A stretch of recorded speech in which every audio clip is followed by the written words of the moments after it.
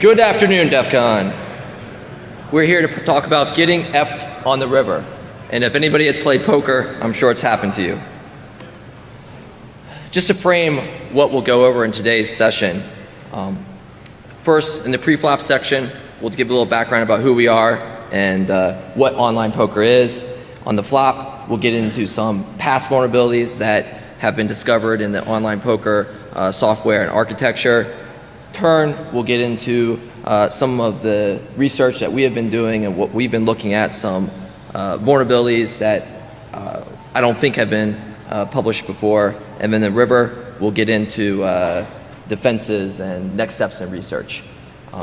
What this talk won't do is it's not going to show you how to make millions of dollars by some zero-day exploit, because if we had that, I'd be keeping it to myself. So pre-flop, who are we? This is my company. They paid for me to come out here, so I put a slide in there. All right. To make them happy, I guess. Who am I?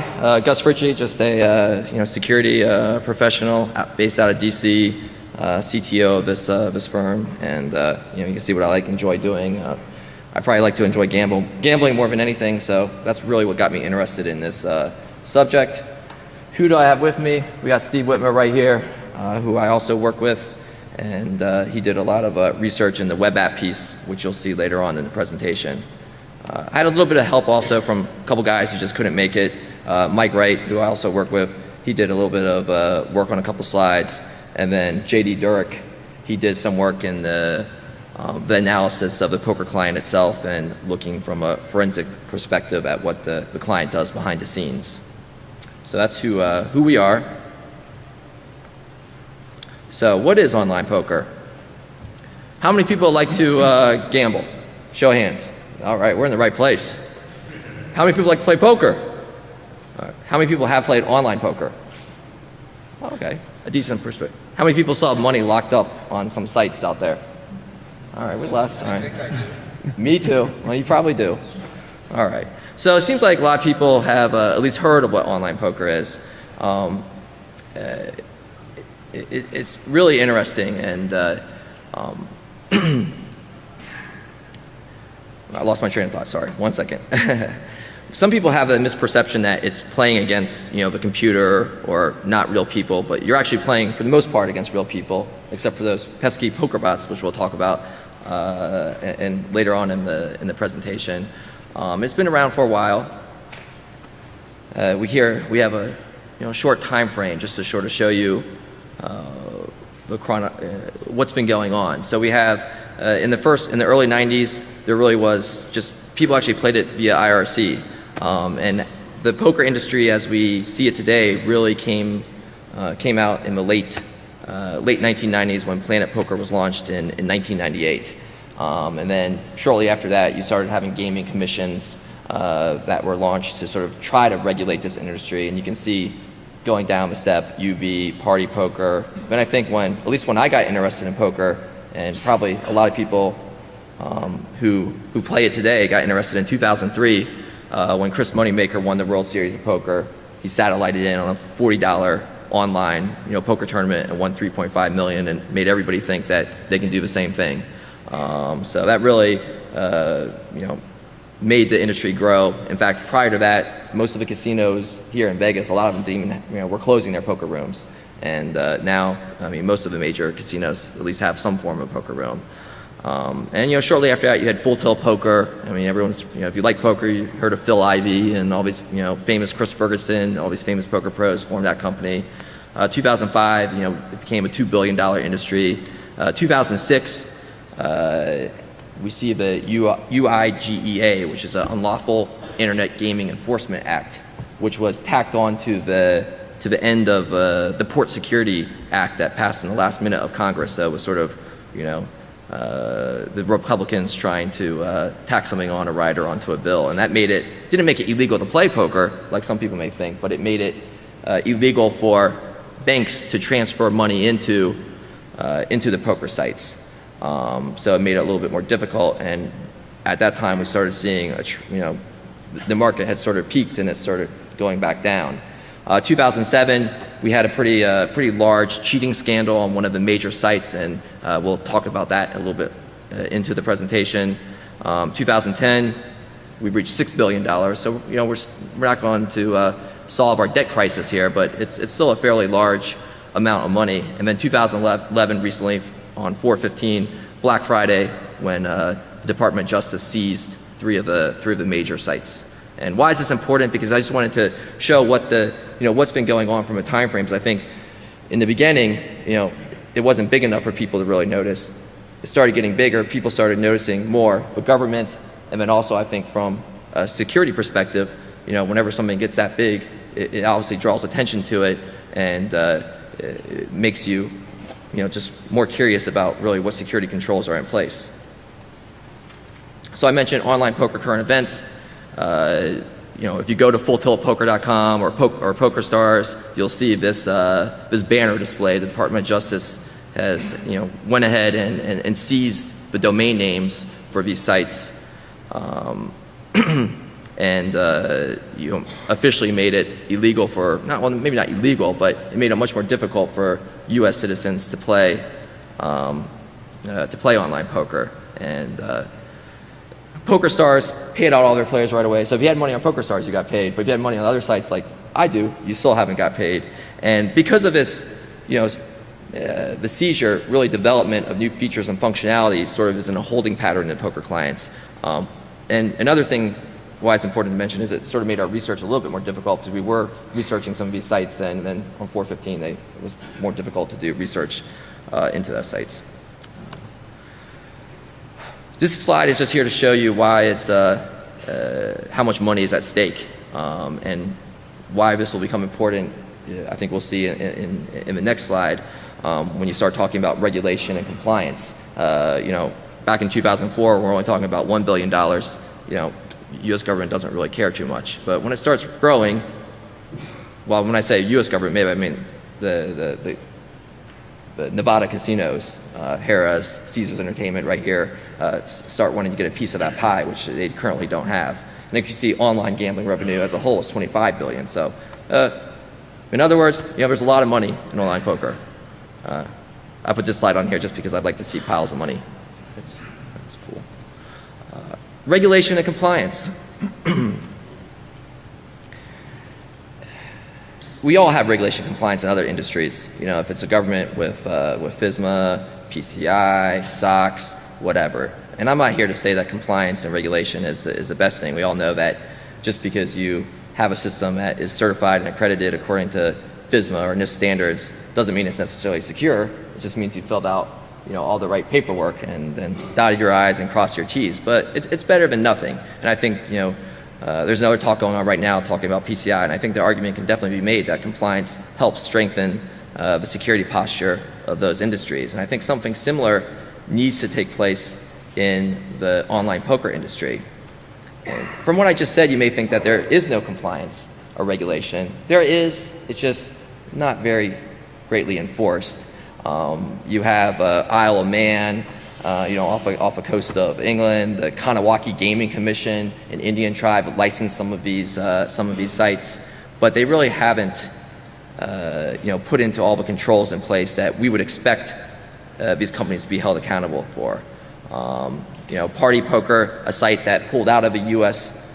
Industry back in 2005 when the UIEGA came out. They're licensed by government in Gibraltar, and you can read here what they say. That they keep their system to reliable, the highest standards of software integrity, including access control, change control, fingerprinting of executables.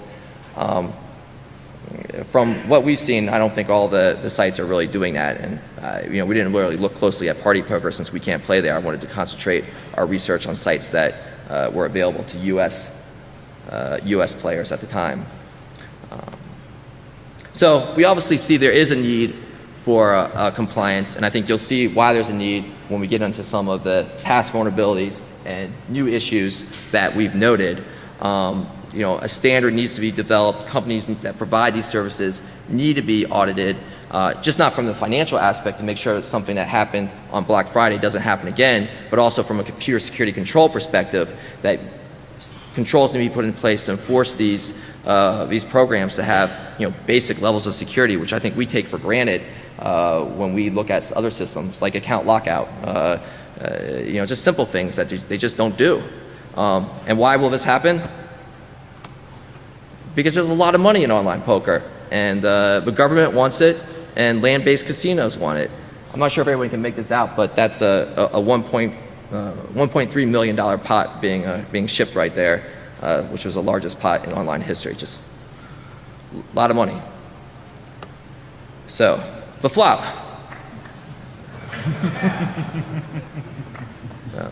Sorry, just got distracted. Past vulnerabilities. So here I just want to touch on some of the vulnerabilities that, you know, have come, you know, from the beginning of when online poker first came into existence, and to recent vulnerabilities. These aren't issues that we came across ourselves. These are documented issues. I just put them in here so you may not be aware of what has happened in the past. And these are all related to, you know, information security, computer security. So the random number generator vulnerability.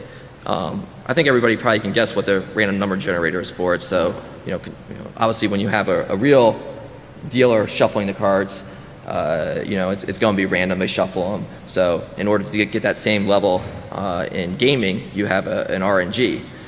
So Planet Poker, which remember was the first online poker site to come into existence in 1998, they were very proud of their online of their random number generator, so much that they published the algorithm to show that, hey, we have a good shuffling algorithm.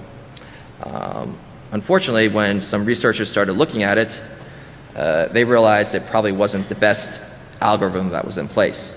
You can see in a real deck of cards what the possible number of unique shuffles is, a very, very large number.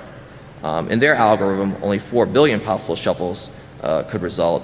And then to make that even a lower number, the seed they were using was from the Pascal function, randomized, so that reduced the number even further.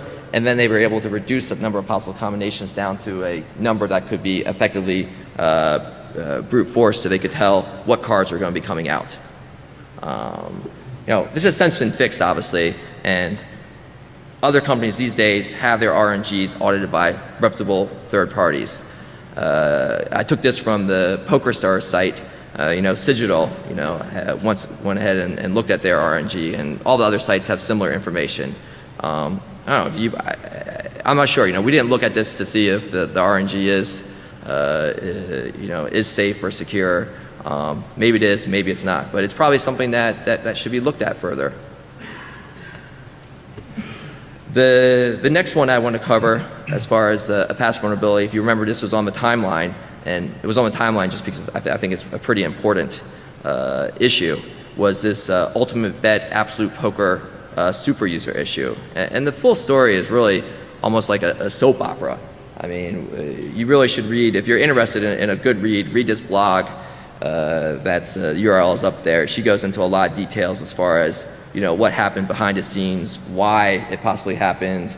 You know, just to give you a little flavor, it involved a teacher sleeping with a student, and then a lawsuit, and you know, I guess I needed to make some money.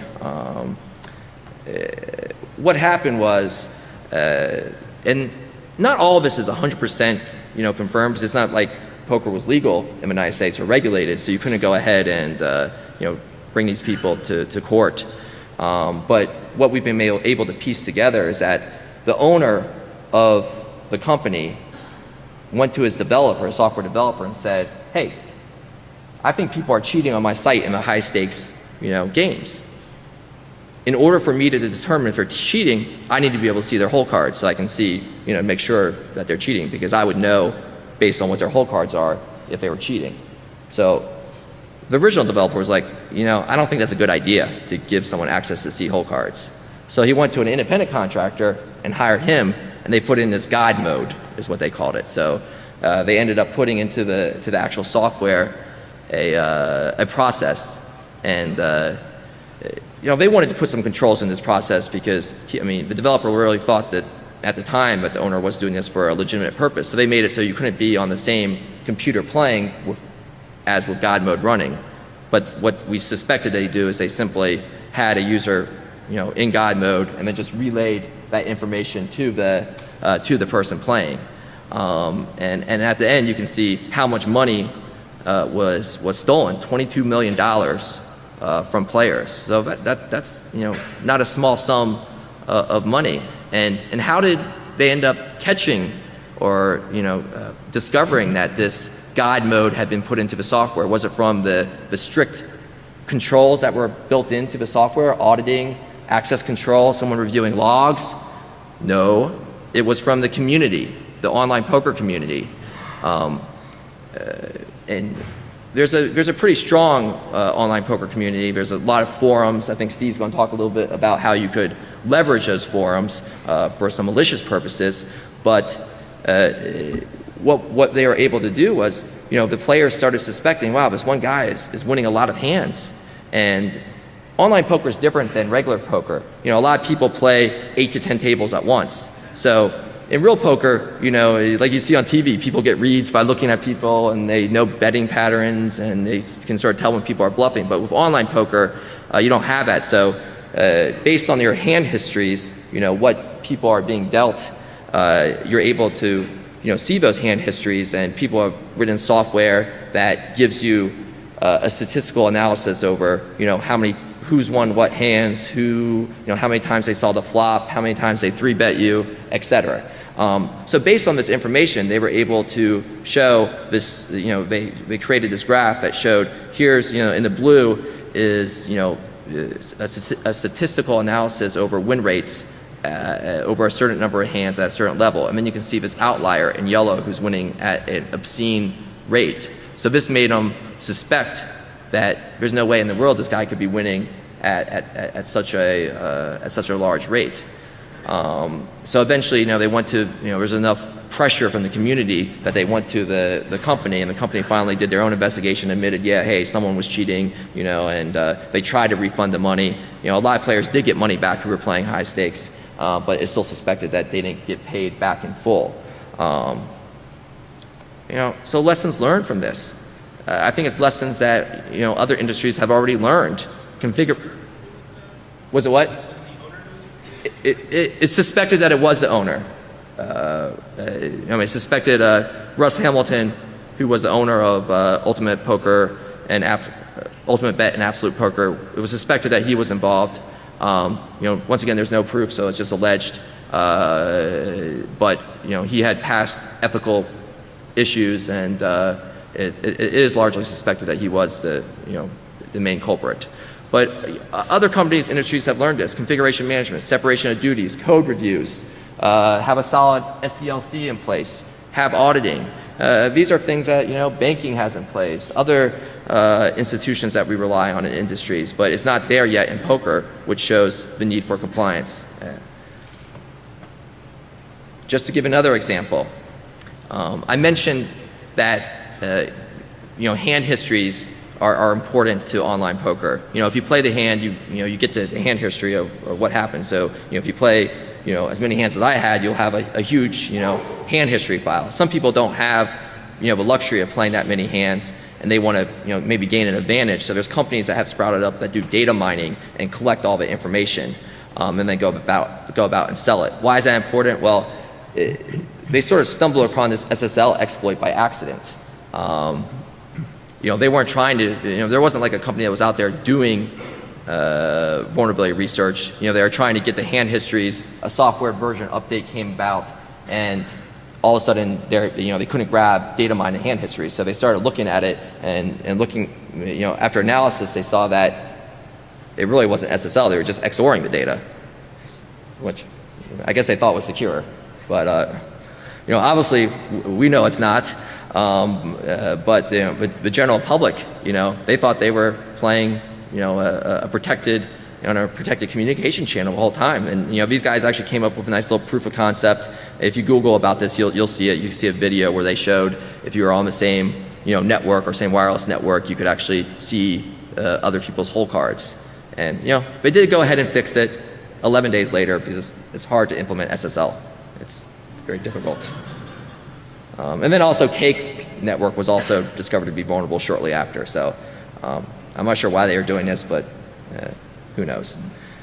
But this is something that could have got caught if you think about it. Even if you go to something as simple as looking at FSMA, there's specific controls there that that look at data confidentiality and data integrity, and you would do testing to certify that the system is using encryption, but there's no regulation in place. Miscellaneous account compromise. This slide's in here just to give you an idea. I just Googled poker account hacked, and you can't. There's just hundreds of postings here of people who have been hacked either through some type of social engineering, phishing, just guessing passwords, as we'll talk about later on. But there's just so many different ways that the poker software and gaming can be exposed. Poker bots. This is also, it's not necessarily a vulnerability.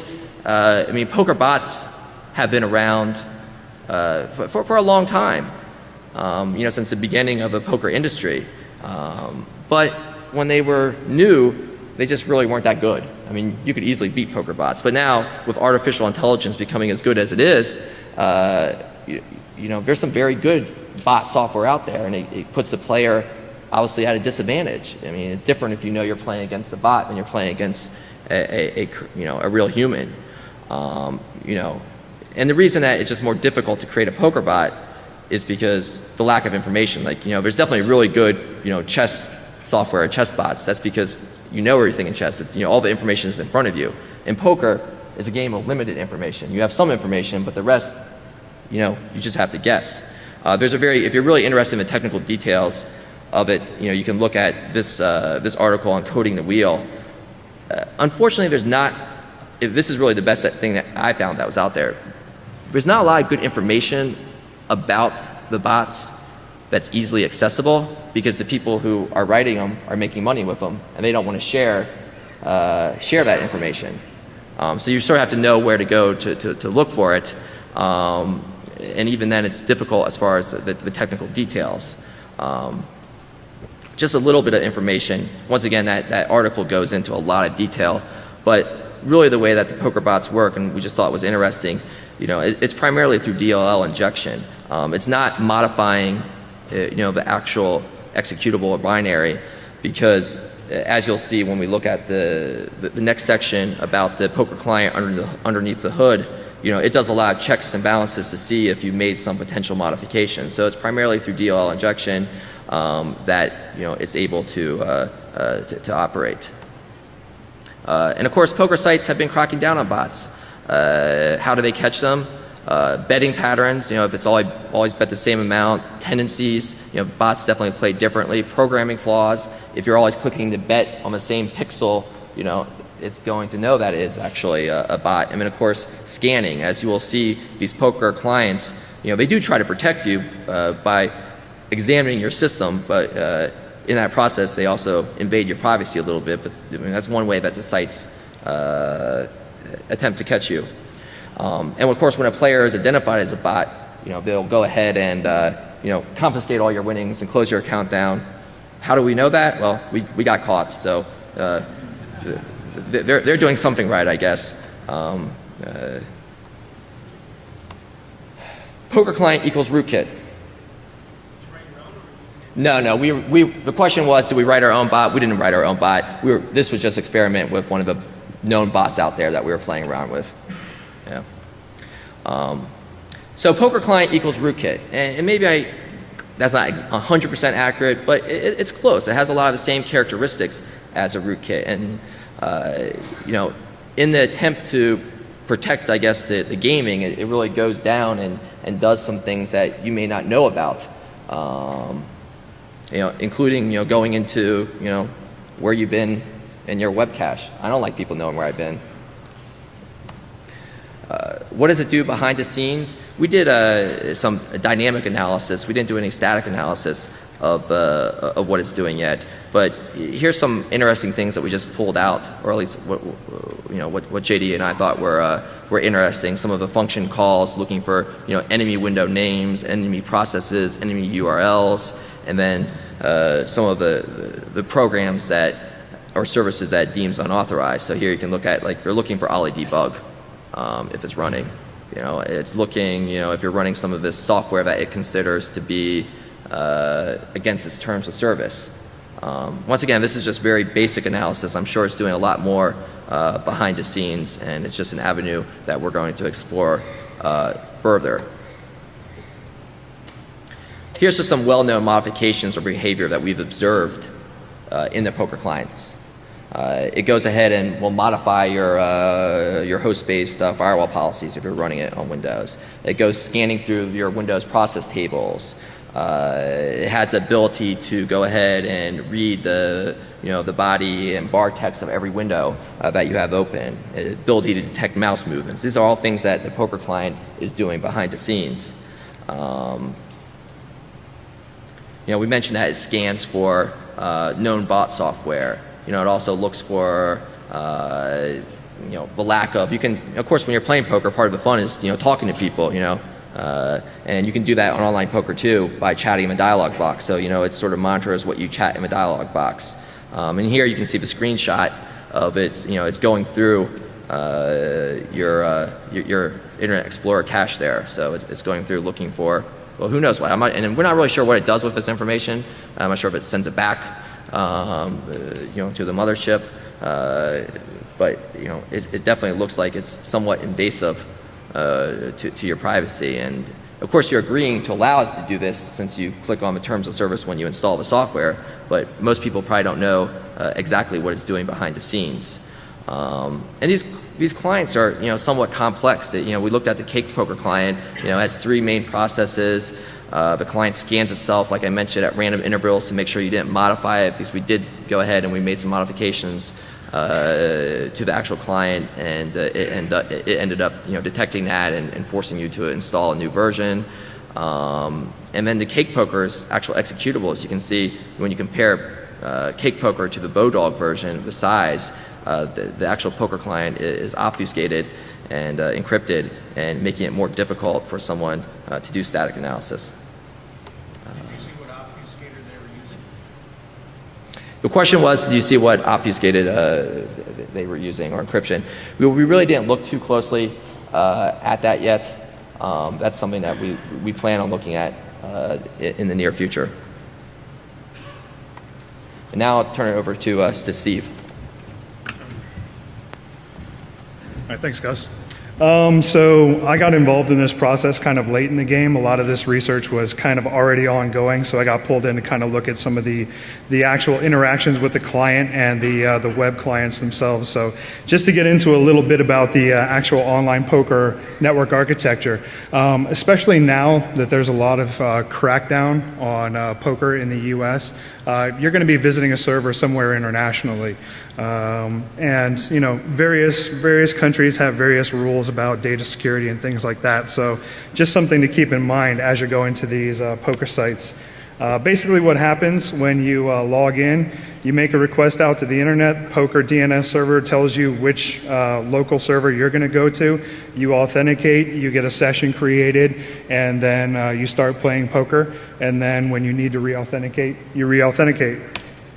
This is just kind of a really simple dump on some of the actual data flying past.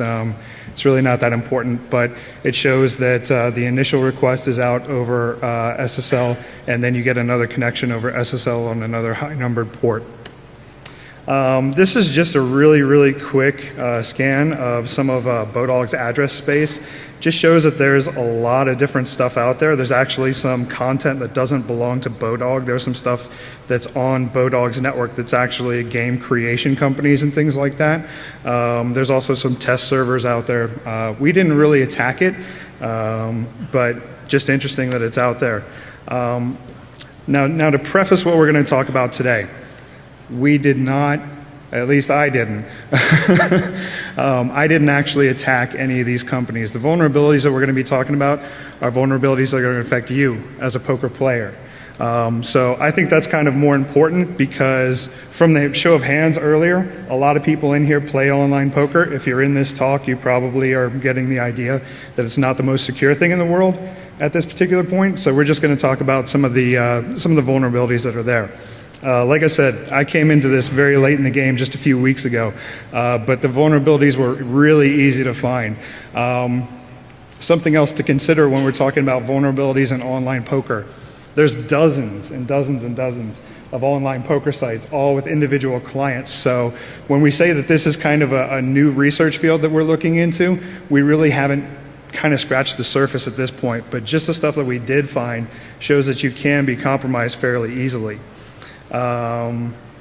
Let's see here. So, you know, when you go to these particular sites, they have 20 different links on how you can pay them money, but they don't really have any kind of information about how they protect your information, how they protect your credit card data, how they're actually protecting you when you're playing online poker. Now, for all of you out there who look for the HackerSafe logo, I'm sure that gives you a really warm, fuzzy feeling at night, but you should really know better. And these guys don't even bother to do that. So it seems like, you know, when there was the actual detection of the RNG issues, a lot of the poker companies kind of stepped it up and really started looking at their RNGs, but they haven't done anything really on the clients to protect you. I wish we were going to stand here and talk about some really, really advanced hacking techniques, but hackers are lazy. We like the easiest way we can get into something, and honestly, there's some old tried and true favorites that can really screw you. So when we talk about some of the vulnerabilities out there, there's basically no input validation in a lot of these clients. We'll talk about that in a little bit. The cookies that are being used when you're actually using an HTTP client as opposed to a thick client, the cookies are very insecure. They're weak. They're not marked as secure. They're not marked HTTP only. They can be reused. They contain sensitive information. Some of them are tracking you based on your IP address, all that kind of fun stuff. There's expired SSL certificates on some of these sites. The fun thing about that is if you get used to seeing, okay, yeah, the site's, you know, expired, blah, blah, blah, SSL doesn't match, you can kind of get accustomed to that. And if you do get phished, it's really easy for you to just click through that without even reading it or thinking about it.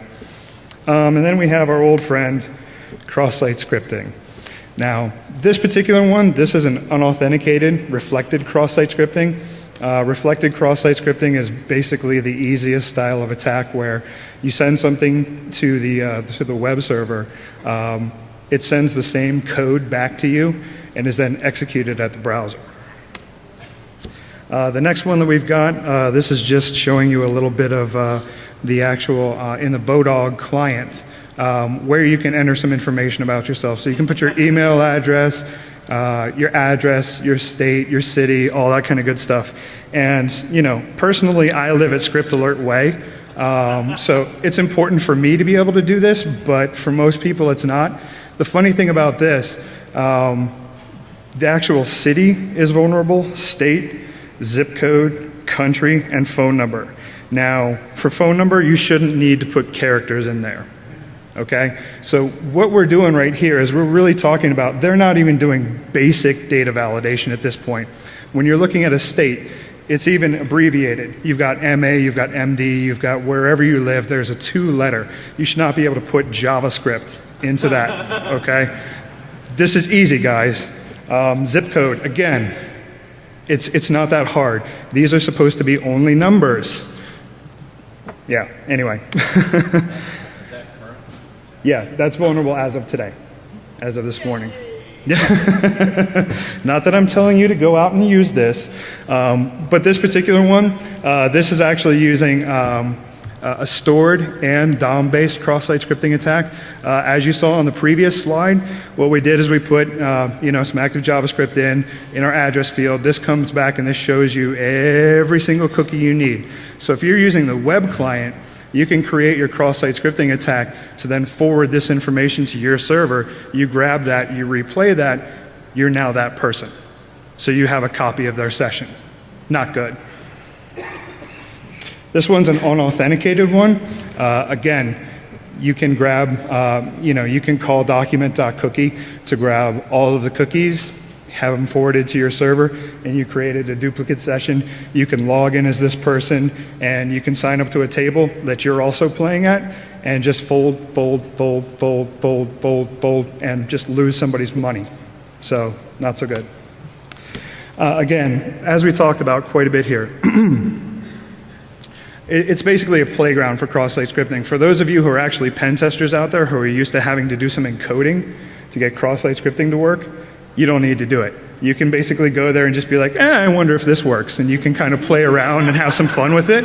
And it's actually kind of cool because it's like stepping back 3 or 4 years in time, and you can just make all kinds of fun stuff happen. There's also some invalidated redirects. And the thing that I love about this one, and we're kind of picking on Bodog, and I want to clarify, a lot of the poker clients have these vulnerabilities. It's not just Bodog, but they're an easy target, so why not? We talked about them. The actual SSO that's used when you sign in to Bodog is vulnerable. So as you'll see on these couple URLs down at the bottom, you can actually send somebody wherever you want. And we'll talk about where you can actually leverage this in a minute. So using some of these vulnerabilities, we've beaten to death cross-site scripting now. Everybody knows what cross-site scripting is. It's not so good. You've got cross-site request forgery as well. Some of these clients, this doesn't really matter, but crossdomain.xml, when you're using a Flash-based poker client, you want cross-domain to be locked down to at least things on the top-level domain. So Cake Poker, for example, if you want Cake Poker, you should only allow Cake Poker, star.cakepoker, whatever you want to do. You should not have a star in there. And many of these sites just have star in their cross-domain policy. Now, what that means is you can basically decompile a Flash client, do whatever the heck you want to it, recompile it, and then start playing actively in some of these games because they're allowing content from anywhere. And you know, this is, again, there's lots and lots more you can do with this. This is all just the really easy stuff to do. And we didn't want to stand up here and be like, all right, here's how you take down poker right now. But I will say, there is more. One of the things that's a good attack vector, especially when you talk about cross-site request forgery and cross-site scripting as far as actually getting people suckered into this, is actually using forums and affiliate sites. Now, the fun thing about using forums is generally when somebody's at a forum, they're logged into the poker client. And they're just kind of chatting and doing whatever they want. But, you know, if they're logged in, you've got great targets for cross-site scripting because you know they have active cookies. They have active sessions. You can grab this information, take it, replay it, done. Also with cross-site request forgery, if you've got something that you can do like a get-to-post translation, or post-to-get translation, excuse me, you can then just kind of say, all right, as soon as you load this particular page, you're folding. Whatever you happen to be in. So the fun thing with this is you can oftentimes, in forums, because we all know forums are really secure, right? Yeah, good times. You can actually just create hyperlinks where you should have an avatar, for example. So whenever anybody loads that page and it goes to load your avatar, it just executes that particular URL. So fold your hand, etc.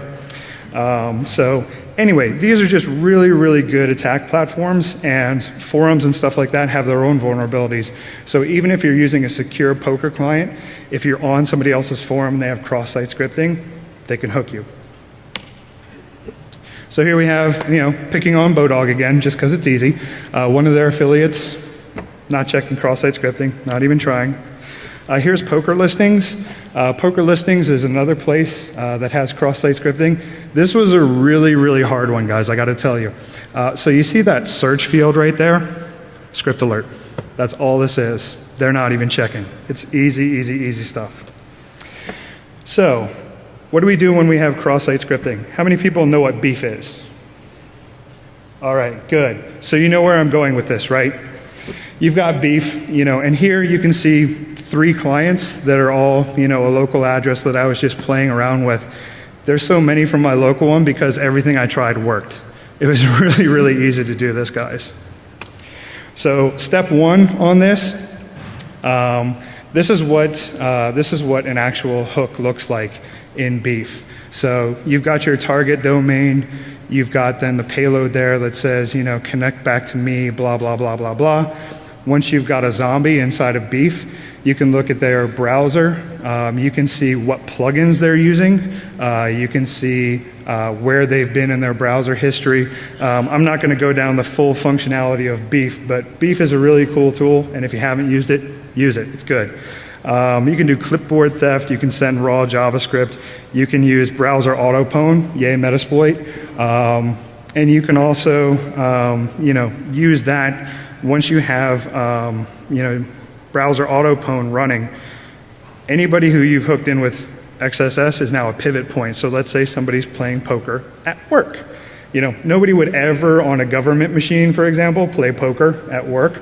Nobody would ever do that, right? So now you've got a pivot point inside of a government network because web traffic goes through firewalls. Yay! So the fun part is, after this, of course, you have profit. So one of the things that we wanted to do is kind of hint at this, but not really tell you exactly how to do it. But if you've got a Metasploit zombie, or if you've got a Beef zombie, if you can send them JavaScript, and you can capture their clipboard, hands up how many people think you can see their hold cards? More hands. Yeah, so there you go. Still feeling good about online poker? Everybody who signed up? Yeah? No? Okay. Well, I'm going to turn it back over to Gus. He's going to do some more talking. Great, thanks, Steve. Moving away from web application attacks that Steve went over to some authentication vulnerabilities. And, like Steve mentioned, while sophisticated attacks are fun to go ahead and do, in this instance, you really don't have to do anything elite in order to compromise some of these sites. As you can see here, here's just some of the password requirements. I just went ahead and sampled some of the larger sites so you can see exactly what they're requiring. So you can see Carbon Poker requires 6 to 20 characters. Well, I wonder what people are going to choose if they choose Carbon. Perhaps Carbon as their password. Or Bodog, 5 characters. Maybe they have Bodog, or maybe it's Poker. Full Tilt, UB Absolute, also weak. In fact, the only one that had strong password requirements was Cake Poker with what you would expect, something 8 to 14, lowercase, et cetera, et cetera. So with passwords this strong, it's probably impossible to brute force them, right? Especially with no account lockout. None of these sites will lock out your account. You can try it as many times as you want. And of course, you need to have the actual user ID to log in with, right? So how do we find that? Well, forums, whoever you're playing against, most of the times, whatever their name on screen is going to be their user ID. And then, of course, there's also Poker Table Ratings, which is another site that tracks players, how much they've won or lost. So you can go to Poker Table Ratings, and perhaps you want to do a search for those people who have won a lot of money, and we can target their accounts.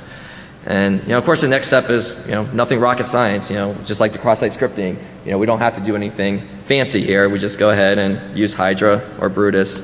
In this case, we just went ahead and used Brutus.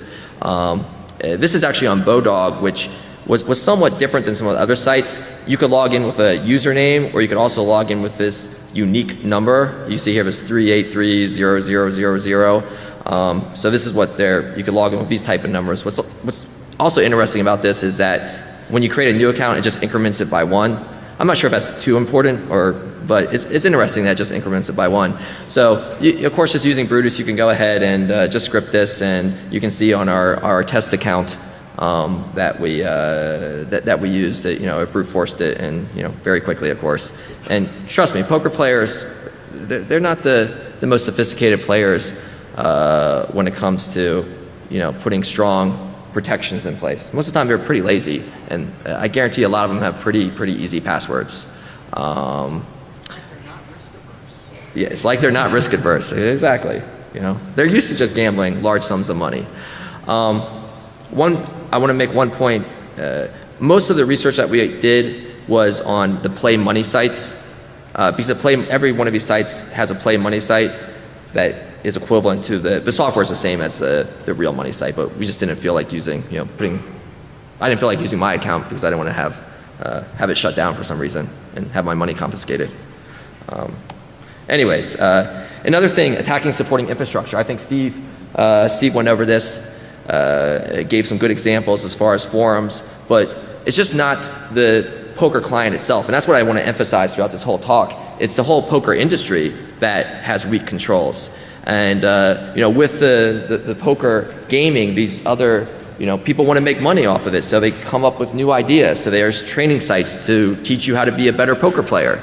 There's tracking sites like Poker Table Ratings and SharkScope that will track your play and show you how much you've won or lost. There's Medium forums like Steve mentioned. 2+2 is probably the largest one out there. And of course, if these sites are being used at the same time that people are playing the game, well then if there's vulnerabilities in them, as Steve showed you, you could potentially compromise them. So just some quick examples. Another, cross-site scripting. This is actually in Poker Table Ratings. You can actually make comments about players like "you suck" or whatever. And if you put some, script in there, when someone else goes ahead and reads that comment, you could have obviously something much more malicious than this there. Attacking supporting infrastructure. Continuing. This is about training sites, and this is actually an email that I received, because I belong to training sites, because I like to try to make money when I play poker. And this is from, I think, Card Runners sent me this, letting me know that they had detected an illegal intrusion and that, they believe that, all they got potentially was my email address, encrypted password, IP address. So it just shows that people are actually attacking these guys. I actually sent these guys an email and said, hey, I can maybe look at this for you. And they said they had it under control, so. Just another forum. This just shows you, it may not be able to see it, but it's just a warning that's posted on the forum showing that someone has set up a archive site to look just like the 2+2, and they're doing some phishing there. So just warning their forum members to be careful. So obviously people are going out and targeting these supporting infrastructures. So almost done. The river. So just what are some online poker defenses that could be put in place? And this is more on the application side. We'll talk next about what you could do yourself to protect. Maybe move away from password-based authentication, because we know multi-factor can't be hacked, but it's better. Implement simple things, account lockout, perform robust security testing, perhaps only allow connections from a geographic location where you're supposed to be located. So if you're in the US, you probably don't want someone from China logging into your account. Of course, you get around that, but it makes it more difficult. And maybe adhere to some certain standards. Online poker defenses. What can you do to help protect yourself? I personally play poker in an isolated, virtual machine that's just used just for poker. So I don't do anything else with that. I have a particular VM just for poker. I don't check email. I don't get on the web with it. All I do is play poker on it. Obviously basic security stuff. Use antivirus spyware. Don't play on wireless networks. Strong complex passwords. Don't use the same password across multiple sites. Common sense stuff. Next steps. We're going to continue digging deeper into the client, some static analysis. Maybe look to try to customize a client to bypass restrictions. Perhaps write an automated tool just to better brute force, the actual client itself rather than the web piece. I think it'd be fun to map out more of these networks and see exactly, from an infrastructure perspective, all these test servers and other things that are out there. And then, of course, keep on digging at the web application vulnerabilities. So conclusion, why I don't think we talked about anything earth-shattering here as far as, stuff that we all know about. I just don't think a lot of people have been thinking about it from an online poker perspective. So, we're going to continue looking at it. If you're interested in online poker, there's a lot of smarter people than me out in that room. So please, you look at it and let me know if you find anything. Regulation and compliance, needs to be put into place. And, the question is, do I feel safe playing? If poker was, online poker was legal, tomorrow, would I play? Well, I'd probably play, but that's because I have a gambling problem. But I don't know about the rest of you. So that's it. Questions, we'll be in, I guess, Q2 to answer anything. Thank you, guys.